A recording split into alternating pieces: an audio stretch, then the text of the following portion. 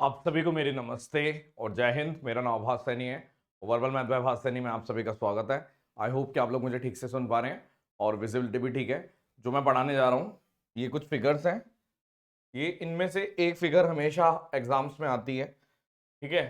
तो इसका पूरा पोस्टमार्टम कर देते हैं। सबसे पहली फिगर ये है। आपको दे रखा होता है कि तीन बराबर सर्कल है, ठीक है। तीन बराबर सर्कल है और आपको शेडेड एरिया निकालना होता है, ठीक है। तीन बराबर सर्कल और शेडेड एरिया। तो आपने बोला बराबर सर्कल मतलब मान लेते हैं ये इनके सेंटर्स हैं।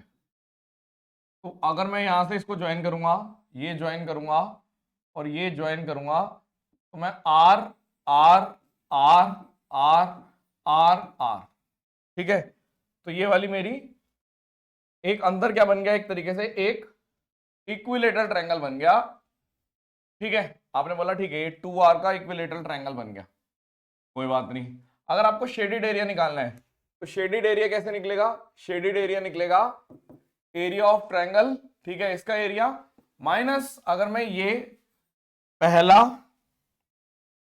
पहला दूसरा और तीसरा पार्ट देखूं, तो आप बोलोगे अगर आप इस वाले एंगल को देखें, इस वाले एंगल को और इस वाले एंगल को, यानी अगर मेरे से एरिया ऑफ सेक्टर बोला जाएगा, अगर आपसे किसी भी सर्कल में एरिया ऑफ सेक्टर पूछा जाता है, मान लो ये सेंटर है और ये ऐसे पूछा जाता है, तो आप क्या करते हैं, ये ओ है तो आप बोलते हो theta by 360 into pi r square, ऐसे बोलते हो। तो आपने बोला अगर इन तीनों का मिला के बोलेंगे तो तीनों का थीटा मिलाएंगे तो 180 आएगा, क्योंकि एक त्रिभुज में सारे एंगल्स का सम कितना होता है, 180, ठीक है।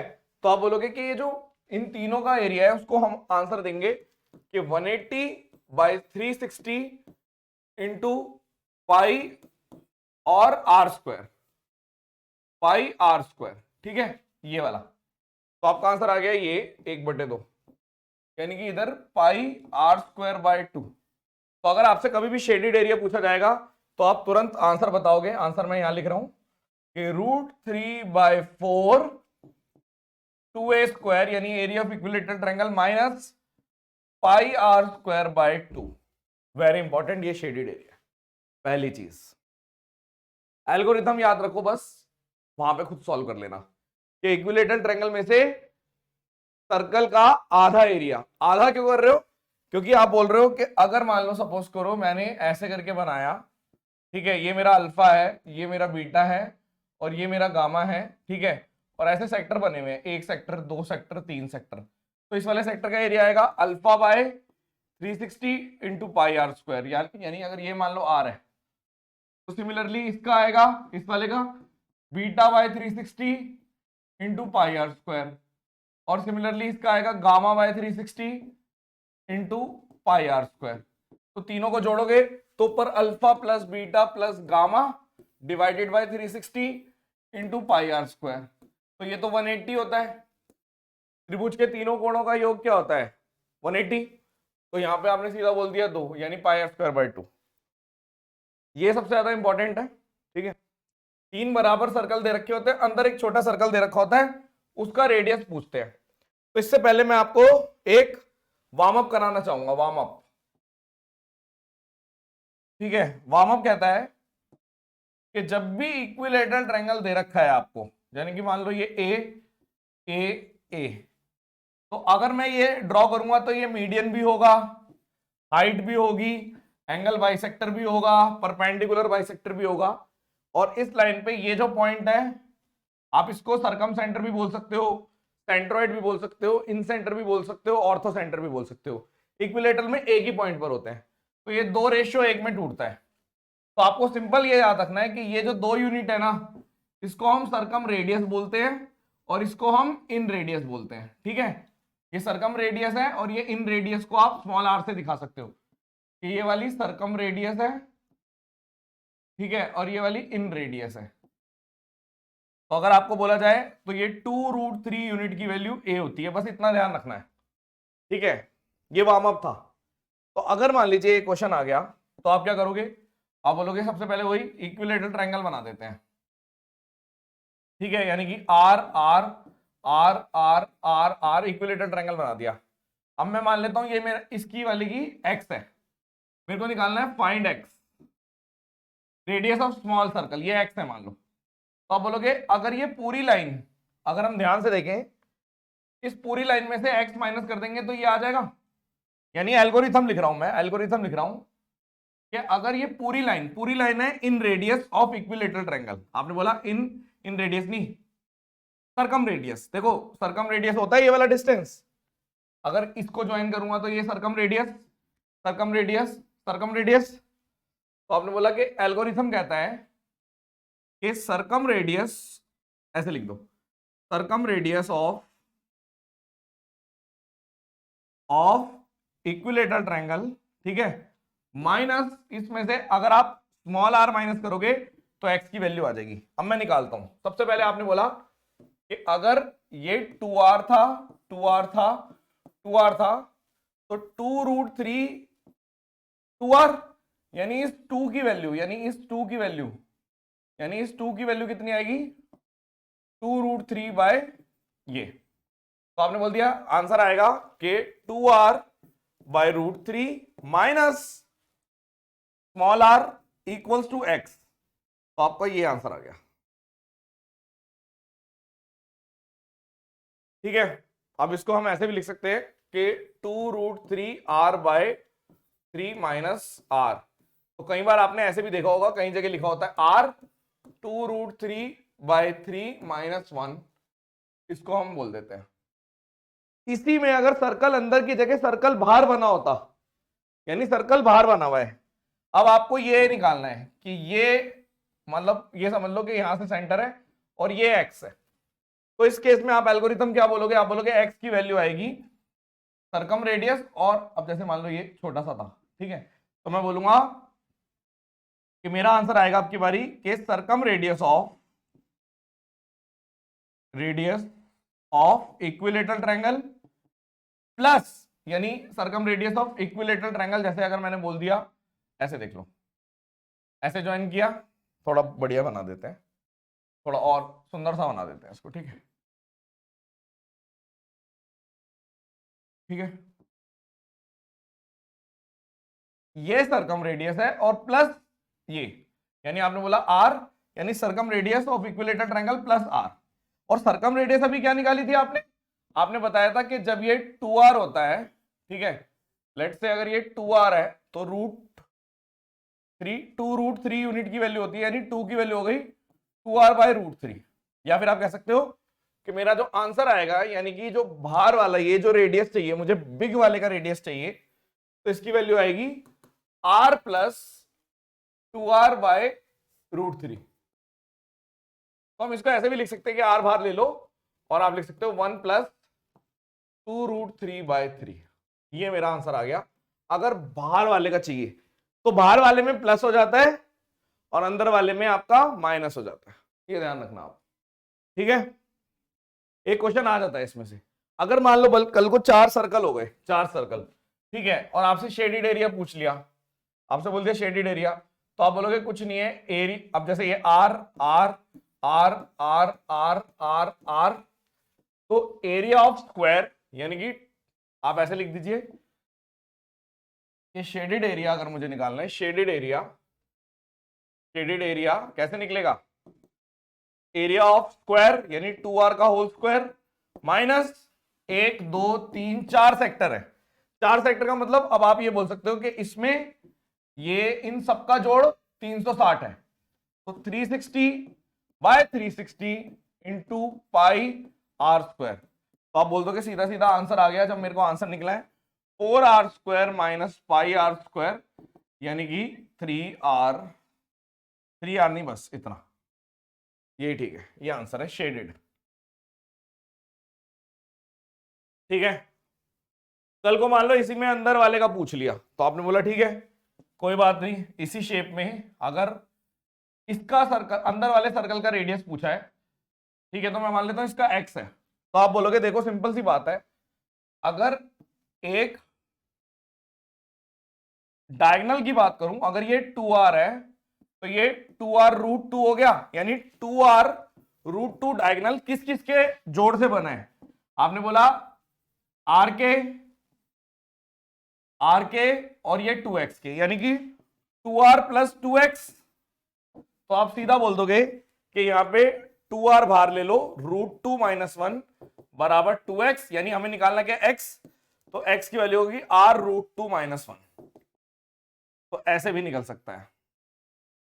अगर कल को 4 वाले में आपको सर्कल दे दिया तब कैसे निकालोगे? आप बोलोगे ठीक है, अगर मुझे सर्कल दे दिया, यानी कि ऐसे समझ लो अंदर की जगह, अब अंदर तो निकाल ही दिया था हमने, वो तो बहुत ही आसान है। अगर सर्कल, इसका अंदर बाहर दोनों निकाल देते हैं, ठीक है। तो आप देखो, अगर ये निकालना है, ठीक है,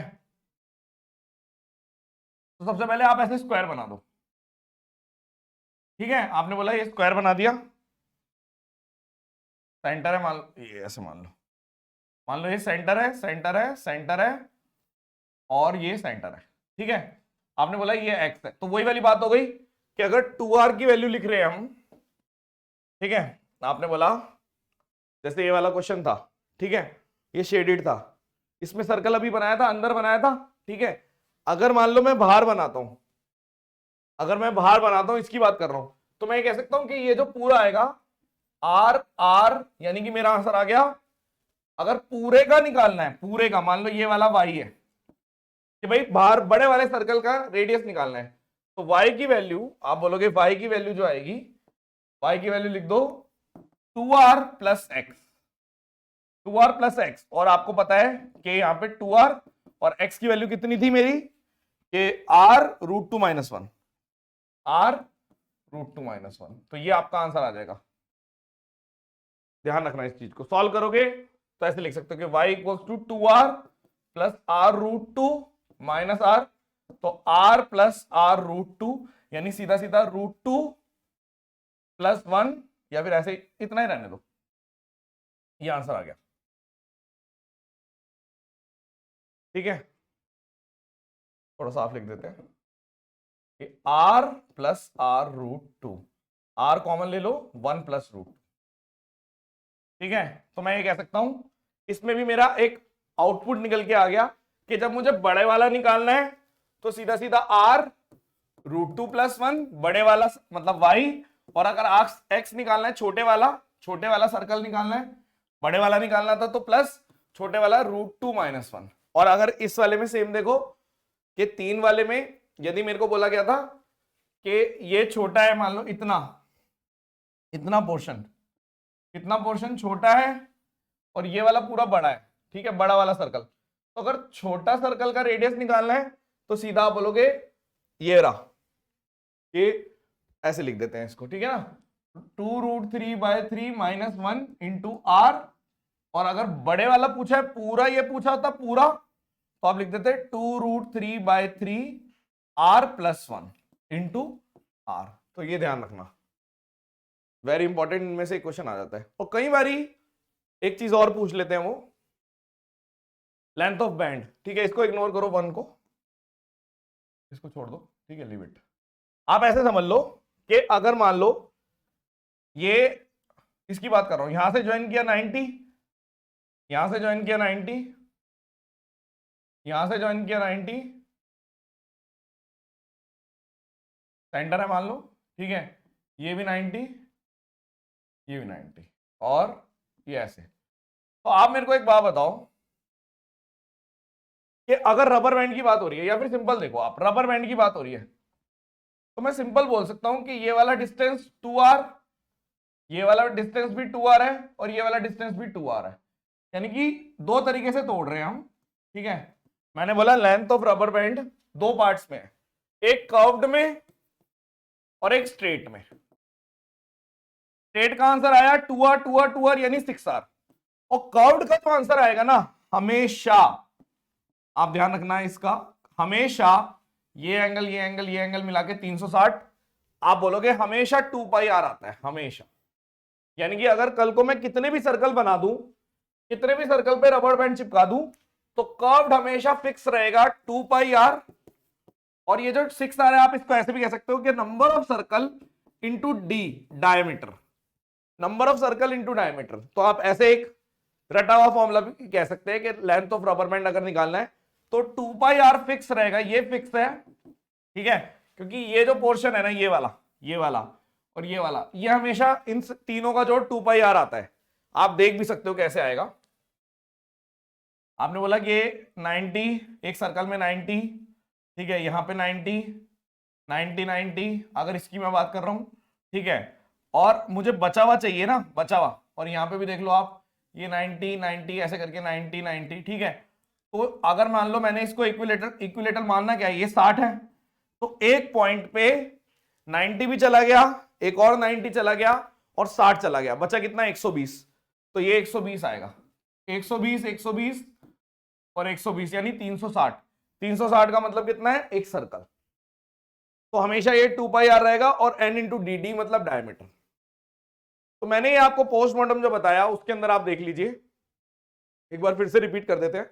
कुछ नहीं करना, सबसे पहले अगर ये शेडिड पूछा है तो इक्विलेटरल में से सर्कल का आधा यानी पाई आर स्क्वायर बाय 2, ठीक है, माइनस करना है। ये सबसे इंपॉर्टेंट है कि अगर ये निकालना है तो आप बोल सकते हो कि छोटा वाला अगर निकालना है तो 2√3/3 -1 इंटू आर, और अगर बड़े वाला निकालना होता तो 2√3/3 +1 इंटू आर, ठीक है। ऐसे ही आप 4 वाले में बोल रहे हैं, शेडिड का मतलब है कि पूरे में से पूरा सर्कल का एरिया माइनस कर दो, और यदि मेरे को बोला गया है इसको, तो आप इसको भी कह सकते हो कि √2 - 1 इंटू आर। मैंने फॉर्मूला बता दिया प्रॉपर, और आपको प्रूफ भी कर दिया। और इसी में अगर बड़ा लेके जाना है तो बड़े वाला ही आ जाएगा कि √2 + 1, ठीक है। तो मेन इंपॉर्टेंट चीज अगर मेरे से कोई बोलेगा जो आ सकती है, एक तो ये आ सकती है, और वो ये पूछ लेते हैं, जैसे फॉर एग्जांपल मैं अपने हाथ से बनाता हूं कि जैसे ये 1 है, 2 है, 3 है। अगर अंदर का पूछेंगे, इसका रेडियस पूछेंगे, अब मान लो ये r है, तो आपसे बोला जाएगा, तो आप बोलोगे 2√3/3 -1 इंटू आर। और अगर बाहर एक बना दिया और इसका रेडियस, बड़े वाले का रेडियस पूछ लिया, तो आप बोलोगे 2√3/3 +1 इंटू आर। एक तो ये इंपॉर्टेंट है। और अगर मान लो जैसे मैंने 4 सर्कल बना रखे हैं, ठीक है, और अगर इसका अंदर का पूछ लिया या बाहर का पूछ लिया, 2 पूछ सकते हैं, ठीक है, देख लेना, समझ गए ना आप। ड्राइंग थोड़ी अपनी ऐसी है थोड़ी जरा। तो अंदर का पूछ लिया तो √2 - 1 इंटू आर, और बाहर वाला पूछ लिया तो √2 + 1 इंटू आर। आई होप के यू गॉट इट। और ये इंपॉर्टेंट क्लास आपके बहुत काम आएगी पेपर में। चलिए, thank you so much. Session dismiss. Comment section में जरूर बताना, लाइक जरूर कर देना। Thank you so much.